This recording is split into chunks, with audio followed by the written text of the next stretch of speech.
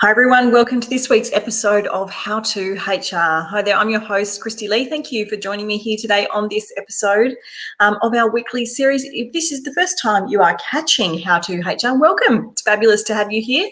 We have this episode each and every week on a Thursday where I bring you a strategy, a tactic, a tip when it comes to dealing with HR in your business, your people, growing your team, managing your staff, dealing with compliance matters and all the things in between. So the purpose of our How to HR series is to give you something really quick, practical, and something you can easily understand and implement straight into your business.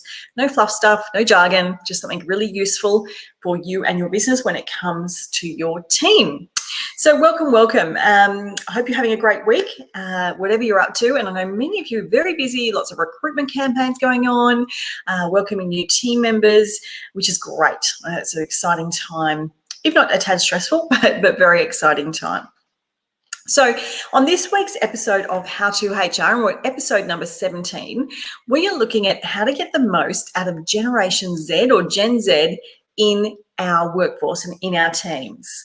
I talk a lot about different groups within our workforce, different groups of people, and generations is one of those groups. Now, of course, when we talk about generations in the workplace, there are some, generalizations that we make about these groups of people. But studies and research and those that are experts in this field have shown us time and time again how each and every generation that comes through our society and therefore into our workforce have some commonalities. Now, of course, there are outliers, not everyone's exactly the same, but we often see very common threads with regards to how they approach work and life, how they see the world, and often how they interact with the world. And largely this is shaped on their early years of experience, what happened in the early years of their life to form how they approach things, and also what happened in their parents' lifetime in terms of how they are parented as well. So I find it really fascinating work to learn about. I'm from a psychology background, so these things really do interest me. But from a workplace perspective, when it comes to our teams, I think it's really important that we have some foundational knowledge about all the intricacies of the generations we see in our workplace so that we can better understand how to create teams that are multi-generational, that will work harmoniously together, and also how to understand how to get the most and the best out of each generation, because they all work a little differently. The research shows us that having a team that is multi-generational is really beneficial for lots and lots of things, but largely because they each bring a different set of skills, a different perspective and approach on life and on the world, and we can often see gaps being filled when we've got multi-generations in the workplace. However, typically many of us tend to hire people that are like ourselves. And what that often means is that we have a workplace that's very heavily stocked with one generation more than the others. And whilst it may be great from a cultural fit perspective in terms of we all get along because we're all very similar, we're missing out if we don't have these other generations in the mix, because the unique skills, the unique perspectives, the unique approaches that they bring to the workforce, we miss out on when we have a team that's built solely out of only one generation. So it's really, really interesting. And today we're talking about Gen Z. So let's figure out who they are first before we go any further. It's kind of the generation that's coming into our workforces right now. So Generation Z are those that were born between about 95, some of us feel old when we were finishing school around that time, and 2009-ish. Different studies and different research centres will tell you slightly different variations of those dates, but we're talking roughly those that are currently aged, just hitting teenage years, about 12, through to those in their mid-20s. So obviously we're seeing a lot of Generation Zs in our workforces now. They're the youngest in our workforces, and they're bringing a whole new range of skills and experiences and life sets with them, which is really exciting. I personally am really excited to see Generation Z show up in the workforce. We're expecting to see a very entrepreneurial generation, which I love. I love seeing more entrepreneurs around.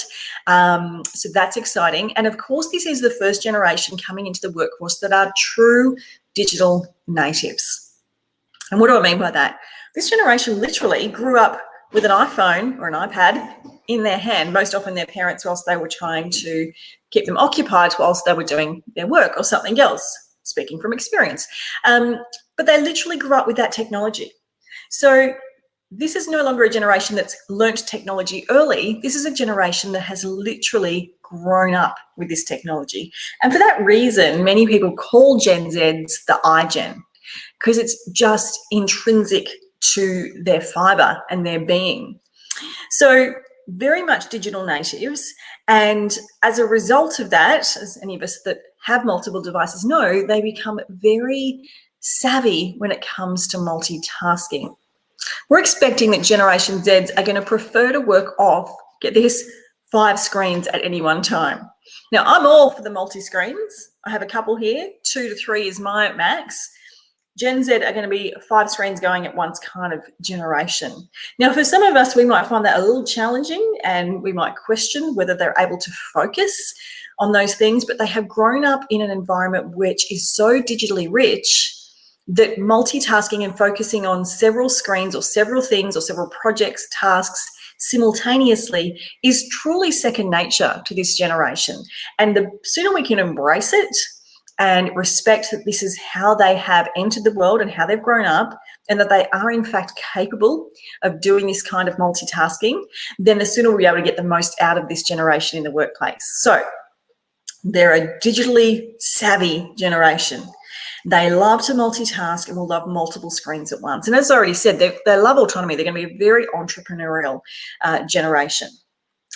So how many Gen Zs have we got in the workforce? How's it all kind of look? Well, at the moment, what we know in total is that there are 5 million Gen Zs in Australia. So we've got a population pool of Generation Zs that's about 5 million individuals.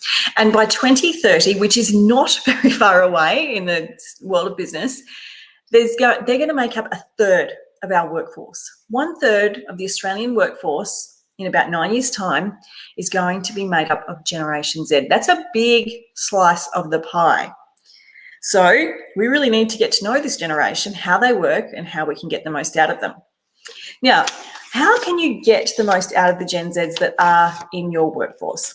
I think there's a few key things that you need to know. The first thing is this. 63% of this generation are going to value organisational values and the upholding of those values far more importantly with the businesses they join and work for than remuneration, salary and benefits. 63% put values above remuneration. So if you're an organisation that isn't particularly values driven or hasn't yet articulated your company values in a true sense, and I'm not talking about writing them and sticking them on the wall, I'm talking about having values that you truly live and breathe in an objective to achieve something well beyond your current life of the business, you may struggle to attract and retain the best and the brightest of this generation. Now, that doesn't mean that you have to be Greenpeace or that you have to have this huge social cause. Whilst, of course, some of this generation, like all generations, is going to be pulled towards a business that has a particular cause, like an environmental or a social impact cause. Every generation has those individuals in it. But as an entire generation, they are very values driven. They want to know they're working for a business that has solid values that they align themselves with. I talk a lot with clients about the importance of values alignment in their recruitment decisions. And as we see Generation Z in the workforce, we're going to see this be equally important to them as it is to us. So if that's something you don't think you've got tuned in right now or dialed in, I'd be encouraging you to work on that so you can really attract the best of this generation. Now, given their digital savviness, they love technology and they want to work for businesses that are using cutting edge technology. Now, that doesn't mean they all want to work in the IT sector. What that means is whatever industry they're going into, they want to use the newest, the greatest, the most exciting technology available in that role, in that industry. So if you're lacking behind in that, again, you might struggle to attract Gen Z. Or if you work in, something that might be a more old school or traditional industry, something, possibly manufacturing or something, but you're using some super exciting cutting edge technology, perhaps you're even developing technology, developing ways to work using that technology, you're going to be in a great position to attract some really top talent from this generation. And also, if you're finding introducing technology, particularly new technology in your business, a challenge, It's your Gen Z employees that are going to be most helpful in getting this done for you. It really lights them up as a whole generation. They're very excited by it. So it is something worth tapping into. Now, interestingly, despite this being a generation that's grown up with their phone in their hand and everything being done, digitally and online, they really value one-on-one connection and social interaction. Gen Z are telling researchers that they feel the optimal rhythm for a check-in with their manager is at least once a week, and in person, face-to-face in some capacity, even if it's kind of Zoom. They want that one-on-one connection with their leaders.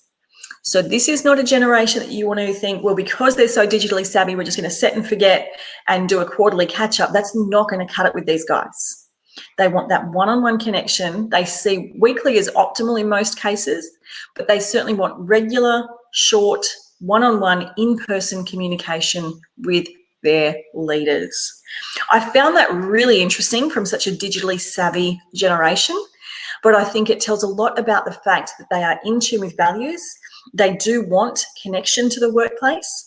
They do want to make an impact, and they can't do that if they're uncertain about where things are. They want that feedback loop. Whether, they're introverts or extroverts, they want that one-on-one connection. And of course, they are a very socially connected generation. They really value social interaction. So if you can weave social interaction into your project work, into your team, into your workplace culture, that will be something they really enjoy and thrive in. Now, it's not to say that they want to be social and not get work done. That's not what I'm saying at all. But they value social interaction as a way to work and a way to meet objectives and get things done. So weaving that in is really important. Now, unlike the generation before them, the millennials, they're actually much more conservative, I guess you'd say, when it comes to things like financial security. They're much more realists. They're not expecting to turn up and take the world by storm and just be able to take risks left, right, and centre. They've grown up in an environment where they've seen their parents and the economy around them struggle. By and large, there's been various challenges that they've witnessed growing up that have really formed their need to be more financially secure. And this draws towards their lean towards independence as well. So they really are realists. They're not daydreamers, so to speak. They're really solid into what's real in the world.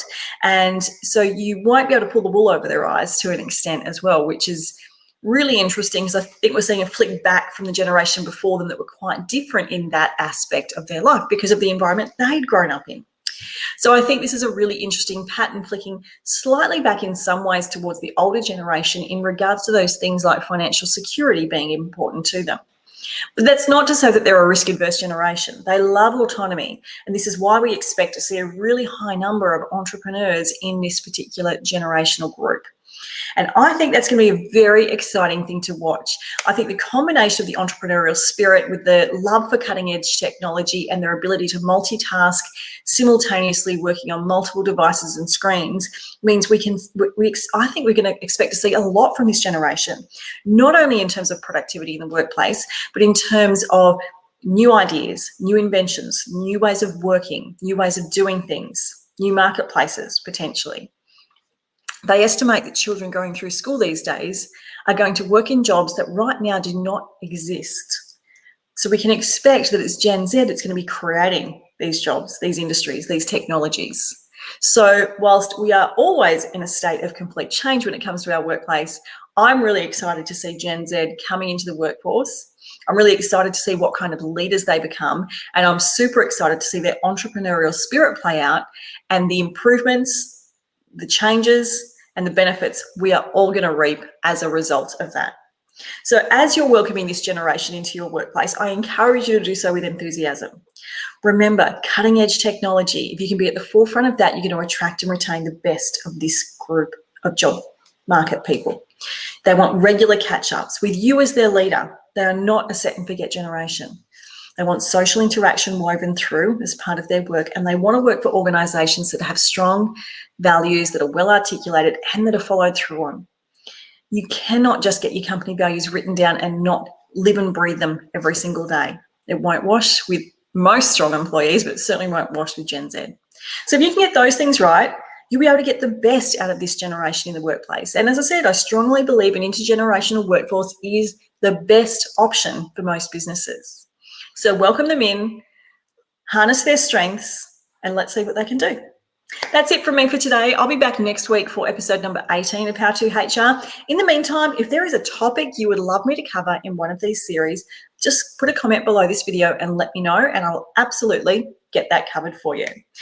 That is it from me for today, but thank you for joining me, and you have a great week, and I look forward to speaking with you next week. Take care.